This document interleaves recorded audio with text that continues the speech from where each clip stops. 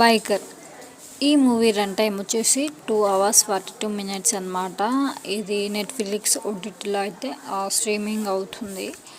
And story వచ్చేసి వికాస్ అంటే శర్వానంద్ అనమాట.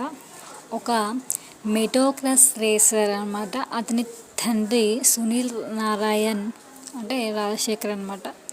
ఆయన కూడా ఒక లెజెండరీ రేసర్ అనమాట. తండ్రి కలను నెరవేర్చేందుకు వికాస్ చేసే పోరాటం కానీ అండ్ ఫ్యామిలీ సీన్స్ కానీ లవ్ రేసింగ్ ప్రపంచంలో సవాళ్ళు ఈ మూవీలో అయితే ప్రధాన అంశాలన్నమాట. అండ్ ప్లస్ పాయింట్స్ వచ్చేసి శర్వానంద్ డెడికేషన్ మరియు యాక్టింగ్ బాగుంది. అండ్ మెటోక్రాస్ రేసింగ్ సీన్స్ కొత్తగా అనిపిస్తాయి. అండ్ సినిమాటోగ్రఫీ బ్యాక్గ్రౌండ్ స్కోర్ బాగుంది. అండ్ మైనస్ పాయింట్ వచ్చేసి స్టోరీ కొంతవరకు ఊహించదగ్గగా ఉంటుంది. అంటే మనం ముందే గెస్ చేయవచ్చు ఇలా జరుగుతుందని. అండ్ సెకండ్ హాఫ్లో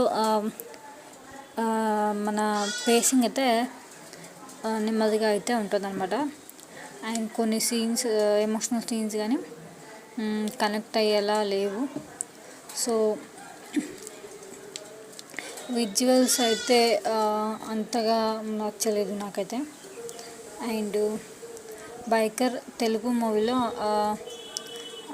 అరుదుగా చూసే మెటోక్రాస్ స్పోర్ట్స్ డ్రామా అనమాట. కొన్ని సీన్స్ అనమాట. అండ్ టెక్నికల్ విలువలు బాగానే ఉన్నాయి.